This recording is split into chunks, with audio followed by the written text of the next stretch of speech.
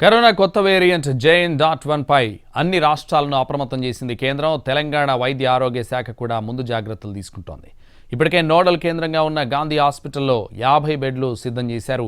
దీర్ఘకాలిక వ్యాధులు కలిగిన వారు, చిన్నపిల్లలు, గర్భిణులు జాగ్రత్తలు తీసుకోవాలని సూచిస్తున్నారు. క్రిస్మస్, న్యూ ఇయర్, సంక్రాంతి పండగ వేళ మరింత అప్రమత్తంగా ఉండాలని సూచిస్తున్నారు. మాస్క్ తప్పనిసరిగా ధరించాలని చెప్తున్నారు. గాంధీ ఆసుపత్రి సూపరింటెండెంట్ రాజారావుతో మా ప్రతినిధి ఫేస్ టు ఫేస్. భారతదేశంలో మళ్లీ కరోనా విజృంభిస్తున్నట్టుగా తెలుస్తుంది. ఇప్పటికే దేశవ్యాప్తంగా 5 మరణాలు కూడా సంభవించినట్టుగా తెలుస్తుంది.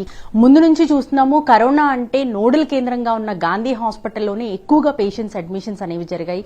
అయితే ఇక్కడ ఎలాంటి ఏర్పాట్లు చేశారు, పూర్తి వివరాలు తెలుసుకుందాం. మనతో పాటు మాట్లాడడానికి సూపరింటెండెంట్ రాజారావు గారు ఉన్నారు. సార్ చెప్పండి, ఎట్లాంటి ప్రికాషన్స్ తీసుకోవాలి, మోర్ ఓవర్ గవర్నమెంట్ నుంచి మీకు వచ్చిన ఇన్స్ట్రక్షన్స్ ఏంటి? అంటే ఇప్పుడు ప్రస్తుతానికైతే టెన్షన్ పడేంత వాతావరణం అయితే ఏమీ లేదు. ఎందుకంటే అటువంటి కేసులు మన రాష్ట్రంలో ఇంతవరకు నమోదు కాలేదు. ఇదివరకు మనకి కోవిడ్కి సంబంధించిన పాండమిక్ తర్వాత ఎండమిక్ అయిపోయాక కేసులు వారానికి 1-2 కేసులు వస్తుంటాయి, అలాగే వస్తున్నాయి. దానికోసమనే మన దగ్గర ఐసోలేషన్ వార్డ్స్ పెట్టాము.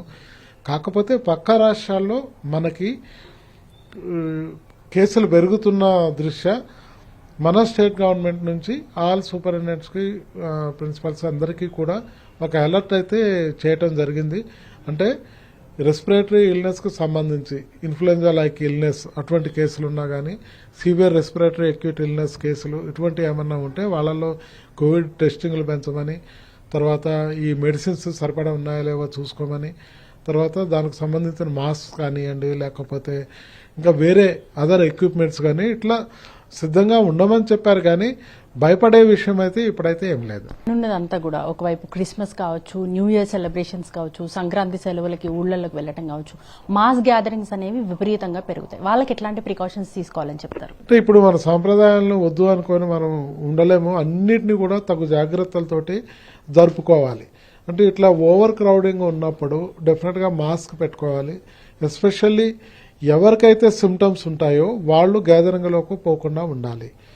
సో గ్యాదరింగ్ పోయే వాళ్ళు కూడా మాస్క్ ధరించుకోవాలి. ఎస్పెషల్లీ రిస్క్ గ్రూప్లో ఉన్న వాళ్ళు అయితే డెఫినెట్గా మాస్క్ లేకుండా ఈ క్రౌడీ ఏరియాస్లోకి అయితే పోవద్దు. Thank you sir. సో ఇది మొత్తంగా తెలంగాణ రాష్ట్రంలో ఇప్పటి వరకు కరోనా కేసులు అయితే నమోదు కాలేదు, కానీ ప్రతి ఒక్కరూ అప్రమత్తంగా ఉండటం అయితే అవసరం అవుతుంది. మాస్ గ్యాదరింగ్స్కి వెళ్ళినప్పుడు మాస్క్ తప్పకుండా ధరించాల్సిన అవసరం అవుతున్నారు. కెమెరా పర్సన్ రాజేష్ తో రాధిక NTV.